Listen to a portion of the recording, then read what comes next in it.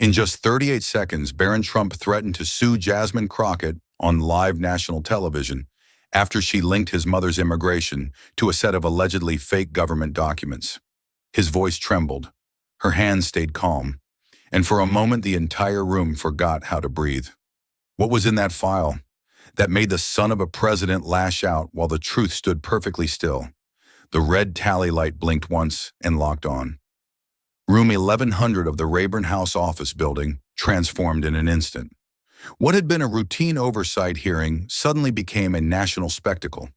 The cameras were live, the microphones were hot, and the name on every producer's cue card wasn't a cabinet secretary or ICE official. It was Barron Trump.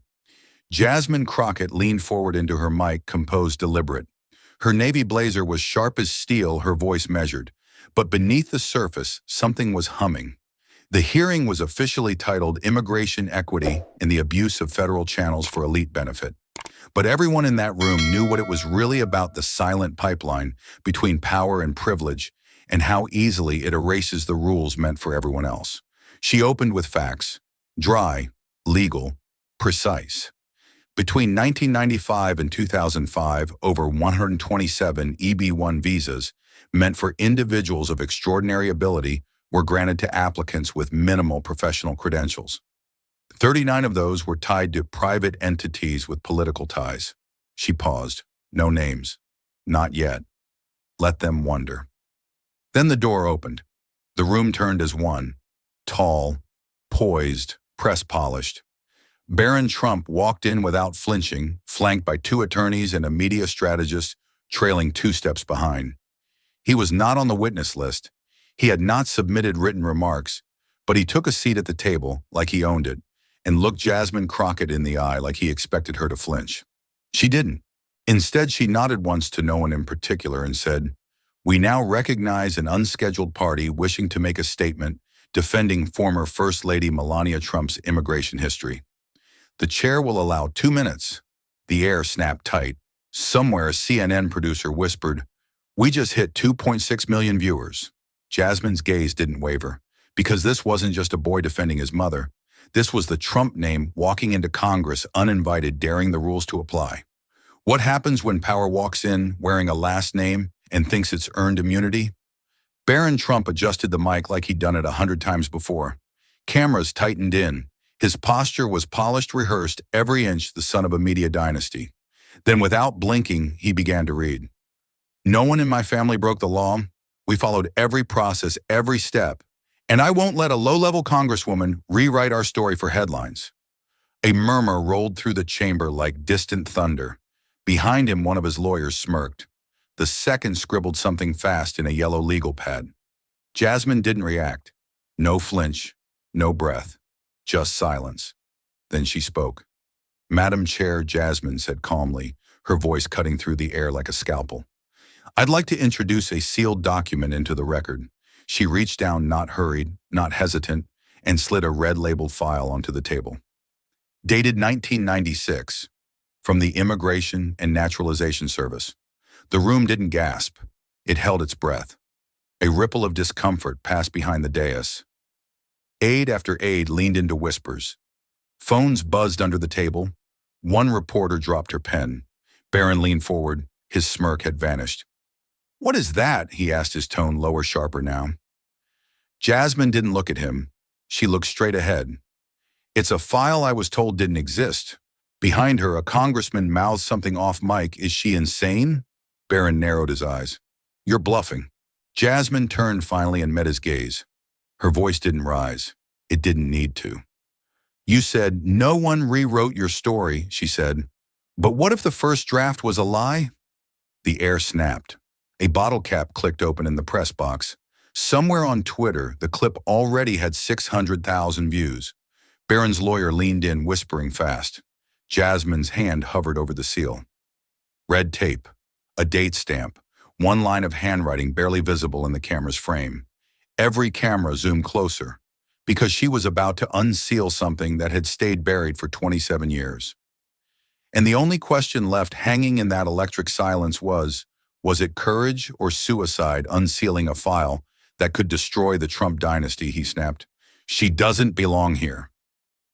Deport her. Barron's voice hit like a slap sharp, entitled and echoing across the House chamber. For a split second, it felt like the air itself recoiled. Even the marble walls seemed to tighten. No one moved. One Republican congressman shifted uncomfortably in his chair. Another looked down at his phone, pretending not to hear. Even Barron's own attorney froze mid-sentence, eyes wide.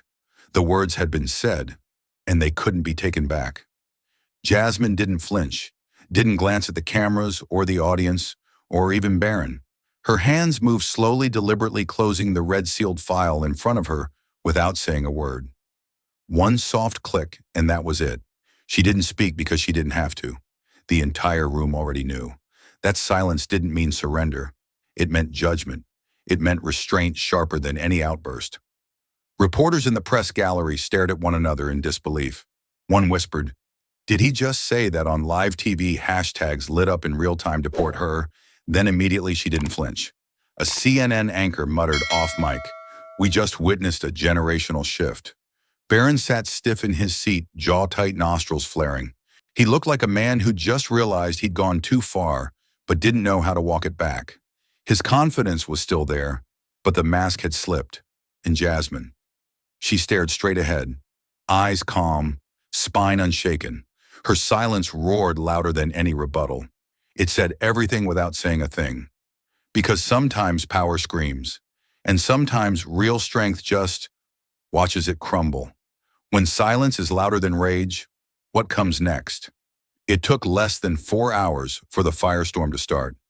Every major network looped the same clip: Barron Trump live on national TV snarling, "Deport her." The words bounced through headlines like bullets. The Washington Post, "Trump airs outburst, shocks Hill."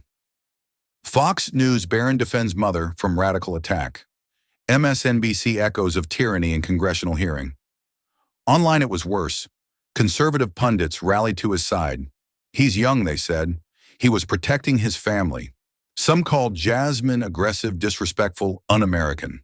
One commentator on primetime cable smiled as he said, "She should watch her mouth or pack a bag." The death threats followed fast. Anonymous emails, voicemails, envelopes with no return address. "Go back to Africa. We know where you park. America's watching, and you're done." Her staff locked the office. Capitol Police were notified. But Jasmine, she refused to flinch. At 7:42 a.m., her senior advisor suggested postponing the next hearing. "Let it cool down," he said. "We're ahead in the media. Don't give them another target." She looked up from her desk, dead calm. "This was never about media." She tapped the closed file beside her. "They want me to stop because the next page scares them." Her press secretary hesitated. "We're getting calls from voters. Some say you embarrassed the chamber." Jasmine stood, walked to the window. Outside, the Capitol stood against a pink sky, silent, stone indifferent. "I didn't come here to blend in," she said. "I came to ask questions no one's ever let us ask." Across the country, people watched replays of the moment she didn't speak. Not the file, not the insult, the silence. Parents watched it with their daughters. Veterans watched it with their flags on the wall. And somewhere, a mother whispered to her child, "That's what strength looks like." So now the question wasn't about Barron. It wasn't about Melania. It wasn't even about Jasmine. It was about every voice that had ever been told to be quiet, to sit down, or to leave. If your daughter was told to leave America for asking a question, what would you do? The hearing resumed under tighter security. 2 Capitol Police officers stood at each door. Jasmine Crockett arrived 10 minutes early, carrying a plain manila envelope. No headlines. No folder with a red seal this time. Just paper and stories. She didn't address Barron, not yet. Instead, she reached into the envelope and unfolded a letter. Handwritten, edges worn. She held it up with both hands and began to read. "My husband died in Afghanistan. My son applied for his green card 3 years later. It took 12 years for a reply. By the time it came, he was already deported." Jasmine paused. He never saw his little brother graduate, but Melania's paperwork cleared in under 5 months. The chamber shifted again.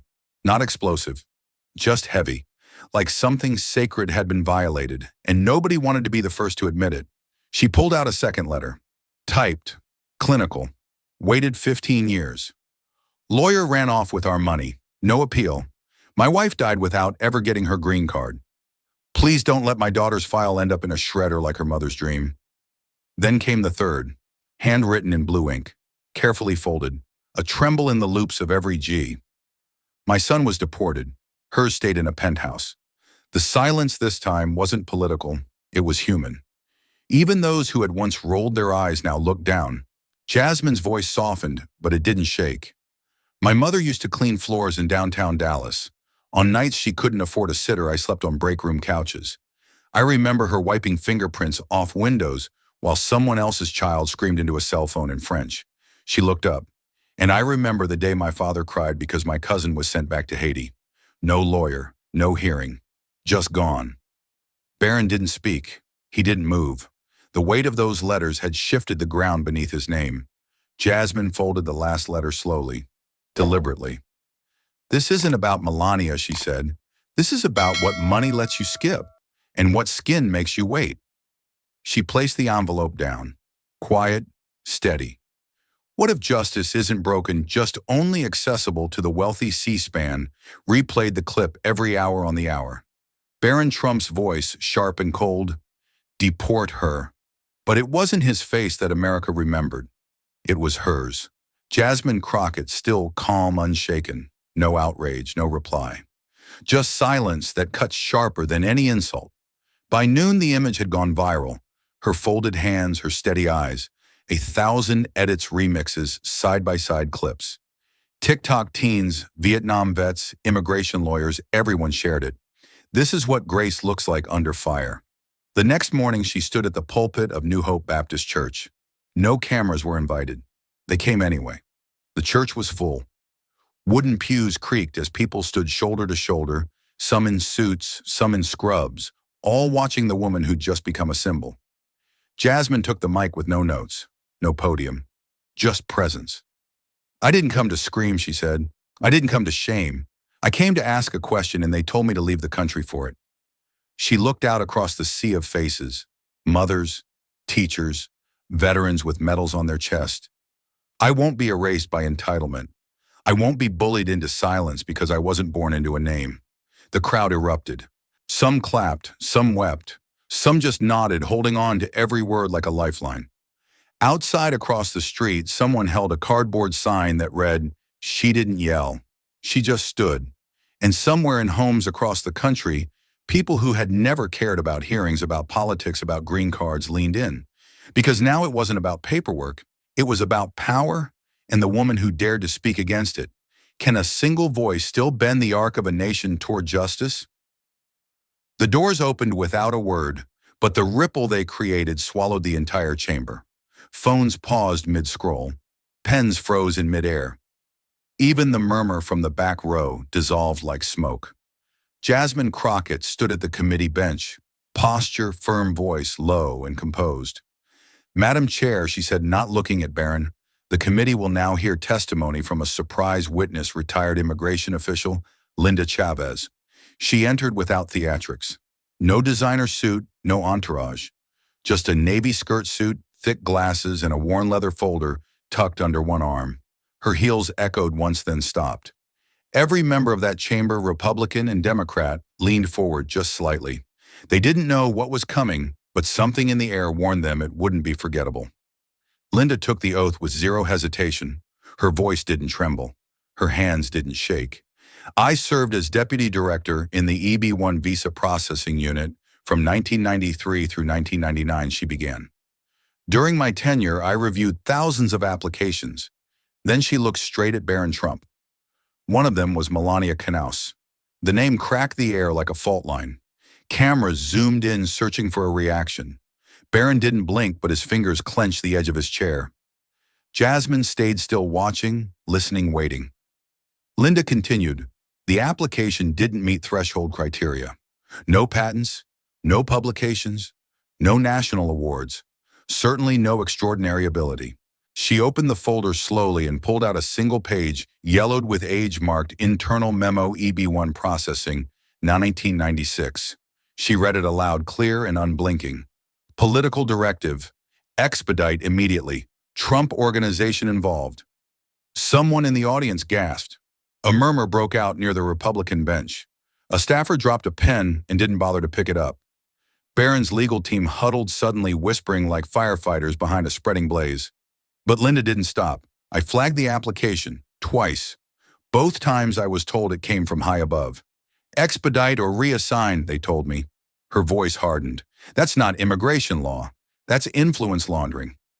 Jasmine remained still, but her eyes met Linda's for the first time. There was no triumph in her expression, just confirmation. For a country built on lines and quotas and endless waiting rooms, what had just been revealed wasn't a leak, it was a rupture. Jasmine nodded once, signaling her team. The screen behind them flickered to life. A scanned image of the memo, complete with stamped signature and that now infamous phrase in black ink, per Trump org. Expedite immediately. Linda closed her folder. I don't come with politics, I came with the truth I've been holding for 27 years. No one in the room had a rebuttal. The myth had cracked. And now the only question echoing in every corner of America was this: should politics ever touch the law of entry? Jasmine didn't say a word. She simply tapped the screen beside her and it came to life. A black and white photocopy filled the monitors around the chamber. At the top, a fit of Melania Naus, dated March 1996. Below that in cursive, the statement, I am an internationally published model with features in major magazines across Europe and the United States. And beneath it all, her signature. Sharp, deliberate, under oath. The room shifted, slowly, quietly. Members of the committee leaned forward. Some narrowed their eyes. Others scribbled notes like they didn't want to miss a single detail. But Jasmine wasn't finished. She looked up at the chair. With your permission, I'd like to play a video for the record. The chair nodded. No objections. The screen changed again, this time to a grainy interview clip from 2001. Melania Trump sat on a beige couch, laughing lightly under studio lights. The host asked, when did you first publish work here in the States? Melania smiled and replied almost playfully, my first published shoot in the US was in 1997. I was very excited. That was it. 15 seconds of tape. But it detonated like a grenade. Gasps rippled across the room. Audible. Unapologetic. Someone in the back whispered, did she just... but couldn't finish the sentence. Then Barron stood. He shoved back his chair so hard it hit the wooden paneling with a crack. His voice boomed across the chamber, red with fury. This is a circus. You're digging up old tapes and twisting everything. The committee chair slammed the gavel once. Mr. Trump, you are out of order. Sit down immediately or be removed from this hearing. Jasmine didn't flinch. She didn't even blink. She leaned forward, voice low, calm as ice. This isn't a circus. This is Congress, and this is the law. Barron didn't sit, not right away, but he didn't speak again either, because the evidence wasn't rhetoric. It wasn't spin. It was a signature on a form and a voice on a tape separated by 5 years, but now standing side by side under the light. Jasmine looked at the room, but she wasn't asking for belief. She was asking for accountability. Because when a lie pierces the seal of privilege, it doesn't just tear paper, it draws blood. When the truth pierces bloodlines, what's left standing? The moment the clip ended, Barron's attorney stood so fast his chair nearly toppled. His voice strained against decorum. Madam Chair, we request an immediate recess to confer with counsel. This has gone beyond the scope of this hearing. The chair didn't answer right away. Eyes darted across the dais. Cameras didn't blink. And Jasmine. She was already reaching into her briefcase. She pulled out a sealed envelope marked Internal Ledger. Trump Organization Confidential Use Only. No theatrics, just facts. With one hand, she slid it across the table to the committee clerk. Her voice stayed even. These are financial records confirming payment to 3 third-party legal firms specializing in expedited visa processing. The recipient, Melania Naus. The envelope rested between them like a live wire. The room didn't gasp this time. It just held its breath. Barron stared at it, didn't touch it, didn't speak. His jaw was tight now, not with anger but something quieter, something heavier. Jasmine could see it. So could America. He looked like a man watching a legacy slip through his fingers. Reporters near the wall frantically typed. One of them mouthed, "This is it." Another leaned into her phone. Get a quote from DHS now. This is about to explode. The chair granted a 5-minute recess. Barron didn't leave the room. He just sat there, hands clenched, eyes burning into the table. Outside, the Capitol steps were no longer quiet. Veterans in dress blues stood beside immigrant families, waving small American flags. A woman held up a sign that read, "My son waited 12 years. Hers waited 5 months." Another read, "She speaks for us." The chants were soft, but they grew with every second the hearing aired. Inside, Jasmine remained still. She didn't smile. She didn't gloat. She just waited like a wall that refused to move. Because this wasn't about spectacle anymore. This wasn't even about Barron. It was about whether the American dream had been sold to the highest bidder behind closed doors, and whether a woman with no family fortune, no famous name, and no fear could drag it back into the light. In America, is bloodline a shield or a weapon? The chamber was silent. No gavel, no whispers. Even the air felt heavy, like the walls themselves were bracing for what was coming. Jasmine Crockett rose slowly, no theatrics, no papers rustling.